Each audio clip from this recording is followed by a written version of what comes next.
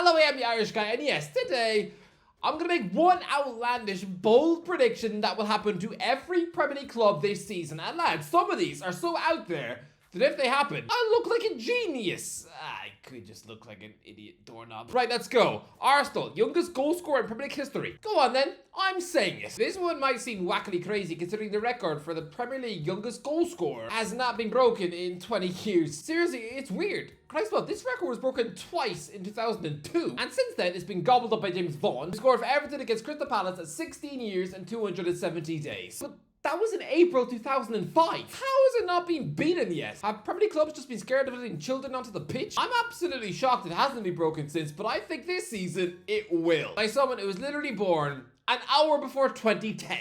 I'm sorry, what? Max Dowman was born on New Year's Eve 2009. Just a few days after Joe McElderry didn't get the Christmas #1. Lads, when I began YouTube on the previous channel, which must not be named, this kid was 6 and probably wasn't allowed to eat chicken nuggets unsupervised. Lads, he's now a silky, saucy number 10, who is much better than me at football, which is embarrassing. I wonder what age it was that Max Dowman surpassed me in football ability. Surely I was still better than him when he was 10. Lads, Arsenal youth coaches have literally called him the next Kaka. He's not even old enough to remember who Kaka was. He's someone not legally yet old enough to watch Scream. Seriously, if he were to pop on a horror movie at home, he could literally have Jobsworth police bursting through his door. Don't worry, mate, you can always escape to Villarreal. I think Dowman scores this season, final home match of the season, where everyone is on the beach and thinking about the World Cup. I reckon he comes off the bench for Arsenal and scores past an already relegated Burnley at 16 years and 141 days, smashing Vaughan's record into crumbs. Lads, when Dowman scores in the Premier League, he's only going to have been alive for 8.5 million minutes. His first Premier League goal will come in just his 854th week on the planet. At 16, you should be at home practicing kisses on your beanie baby penguin, not sneaking a goal a match of the day, but just you watch. This season,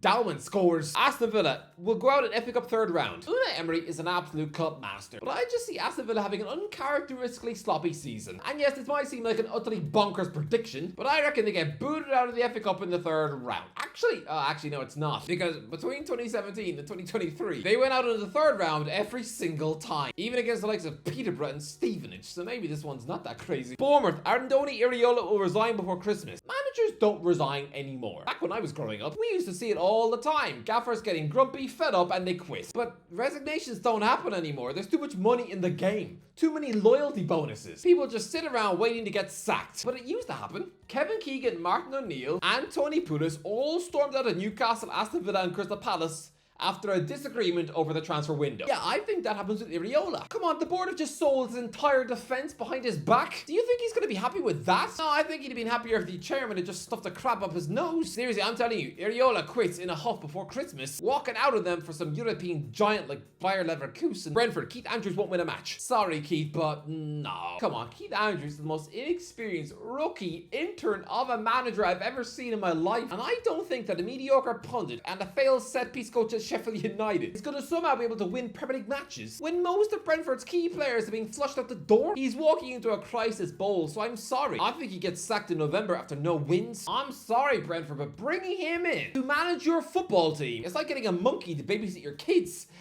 It's not gonna work. Brighton, Evan Ferguson will outscore every Brighton player. Come on, Evan Ferguson! This man just endured a cruelly embarrassing season. He just had to endure 12 months of humiliation, with Brighton wanting to sell him, and he turned into a dreadful West Ham flop for 6 months who couldn't even sneeze in the direction of a goal. He went from future world-class superstar to this sour whiff of a flop. It must have been scary. I mean, it's like when someone wins Britain's Got Talent, and then 5 months later, they're back to working in a sandwich shop. But no, I think Ferguson has his Brighton revenge. Because I think, whilst alone at Roma, he scores a monster 25 goals in all comps, outscoring every single current Brighton employee. Just you watch. Fergie's gonna be great. Burnley will record most nil-nils in the Premier League season. Lads, I think Burnley are going down this season. But I think they set a Premier League record for most nil-nils. I'll go with the full 10, because I think the current record is Sunderland with 9 during the 14-15 season. Seriously, 9 ugly goalless draws. I don't know how those Sunderland fans didn't immediately feed their season ticket to a hungry sheep. But look, Scott Barker prides himself on a good defense, so good news, Martin Dubravka. You will keep 10 clean sheets, but you're still going down without a fuss. Chelsea, Cole Palmer will break Vardy's record. Okay, this seems crazy, but lads, Jamie Vardy has held the record for the most consecutive Premier League games with a goal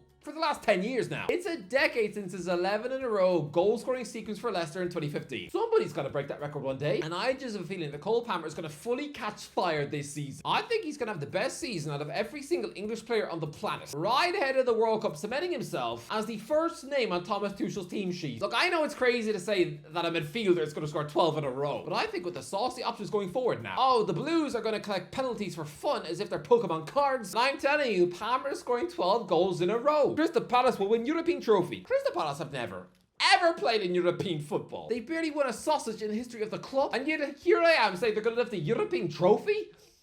Yes. I mean, surely it's such a ridiculous prediction, right? But I still think Palace win the Conference League. Because let's be real, this is a pathetically weak European competition which English clubs dominate. Come on, West Ham won it. Chelsea's B team won it. And let's be real, Aston Villa should have won it. Instead of getting bullied by an aging team from Greece, I think Palace are going to be so furious and bitter at having been robbed of Europa League nights this season that I think they're going to have the hunger and spark to go and win the Conference League. And don't forget, Oliver Glasner knows how to win these sort of tournaments. And I reckon he does. And when he does, get him a statue at Sellers Park. Everton will qualify for Europe. I've said it. 7. I think David Moyes gets Everton back into European football. I think Jack Grealish absolutely lights it up, and I think he's going to be so good that he'll actually be in the conversation to be part of Tuchel's World Cup squad. I know it sounds crazy that I'm tipping Grealish for success, considering a year ago he literally scored against Ireland and I felt like screaming until my lungs went blue. And yeah, a huge chunk of me now feels dirtier than an unflushed toilet. But I'm telling you, the Toffees get back into Europe. Fulham will score less goals than a relegated team. Fulham have no goals left in their team. I mean, they're about to sell their striker Rodrigo Nunez to Atalanta for £40 million. Phew, I didn't really rate him highly at all. And if he joined Newcastle like he was rumoured to do, I think there would suddenly be a very real pool of sick on my rug. Fulham are going into this season relying on a 34-year-old Raul Jimenez, who probably has about 9 migraines a week. So but I genuinely believe the Cottagers will score less goals than a team who goes down. Leeds, Daniel Farke first to go. This doesn't even seem like a wacky prediction. The Leeds board are actively hovering over whether or not to bid off Daniel Farke even after promotion from the Championship, because everybody saw his ugly failures at Norwich City. The German spud couldn't seem to hack that league, which does seem weird considering he began Premier League life so well. Remember when he absolutely pieced up Pep's unbeatable Man City? That was when Norwich City peaked as a club. It was only after that Farke proved that he had the Premier League knowledge of an empty dairy milk wrapper. Sorry, but I think Leeds start roughly and he gets sacked in October for the former Benfica manager Roger Schmidt. Just watch.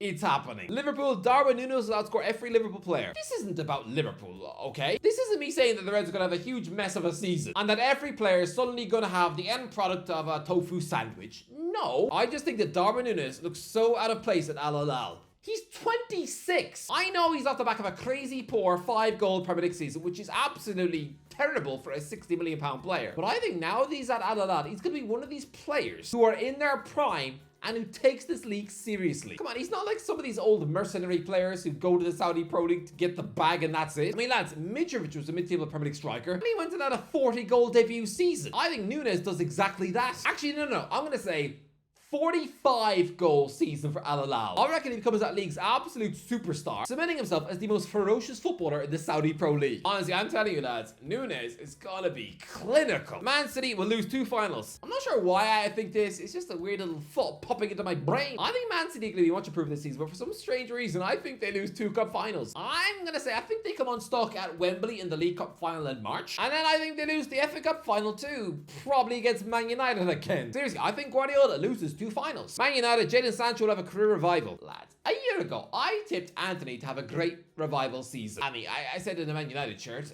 he didn't, but he did join Real Madrid and went from being a completely soggy sandwich to a sensational winger in Spain, almost helping them win an actual European trophy. So I'm going to say the same thing. Jadon Sancho has become a forgotten earwig at Old Trafford, but I think the transfer window shuts and he's left behind, still in the Manchester United squad, because don't forget, Ten Hag was the one with the problem, not Ruben. And I think Amorim gives him a chance. Come on, Sancho. He's not a winger, okay? He doesn't have the pace for that. He is the epitome of a number 10. He's another Cunha, and I think this formation, where there's 2 attacking midfielders roaming around the pitch in the final third, I think that suits Sancho. I think he actually gets a chance this season, and against all odds, I think he has a brilliant year at Man United. 8 goals, 7 assists. Seriously, 15 goal involvements. I mean, sure, many from the bench, but I think he's going to have his best season in a Man United shirt and will show even better form than when he was that unbuttered cheesecake at Chelsea last year. Honestly, 2026 is the year of Sancho, and to prove it, I reckon he plays for England next year. Just you watch. I think the penny has finally dropped. Newcastle. Alexander Isak scores a goal for Newcastle. Yeah.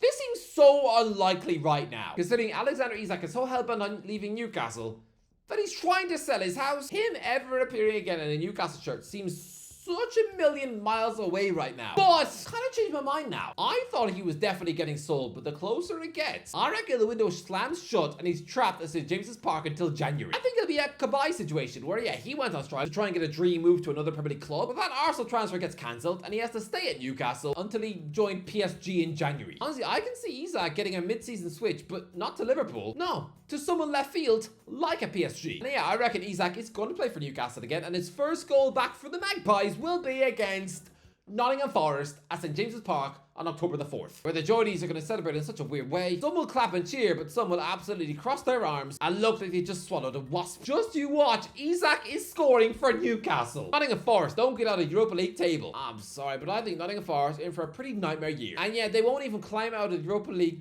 table to get into the knockouts. I think they're going to have a European meltdown and a Premier League meltdown. It's going to be a pretty bad year for Forest. Sunderland won't win a match. Okay, look, I predicted this for Sunderland before they signed Jack, okay? But I can't really go back on it now. I've already put it out there that I think Sunderland will go the whole season without winning a single match. I think they'll break Derby County's all-time low points total, but that's not because I want to laugh at Sunderland. No, I think someone is going to break that record soon. If not Sunderland, then someone next season, or the one after that, because don't forget Southampton came dangerously close to becoming the worst team in Premier League history. The gap between the Championship and the Premier League is getting bigger and bigger and bigger, so ultimately, it's only a matter of time before Derby's points record gets broken. Sorry, Sunderland. Tottenham. Thomas Frank favourite for Saka Christmas. Okay, it seems crazy to say this considering Thomas Frank was literally seconds away from winning European silverware for Spurs in his very first official match. But I think it's going to be a rocky start to the season for Tottenham. In the same way Arteta had a seriously bumpy start at Arsenal, I think it takes a while for Frank's philosophy to translate and get results on the pitch consistently. Don't get me wrong, Spurs will have a great, fantastic second half of the season, but honestly, I think Thomas Frank is going to be everyone's favourite to be the next manager to get sacked at Christmas after losing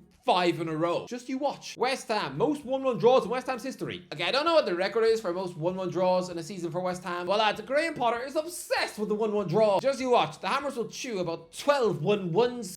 It's going to be more boring than going out to a fancy restaurant and ordering a bowl of Weetabix. Wolves will not enter the relegation zone even once. Yeah, everyone seems to have written off Wolves as being big, fat relegation contenders just because they sold 2 players. Lads, I'm telling you, they won't even be in the bottom 3 for a single minute this season. What's everyone worried about? Gary O'Neill left the building ages ago. Wolves are going to be absolutely fine. No, not even a single week will they be in the relegation zone. And for every week that they are, I will slap a sandwich in my face.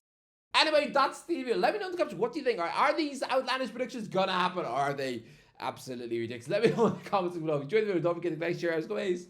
I'll talk to you in a while.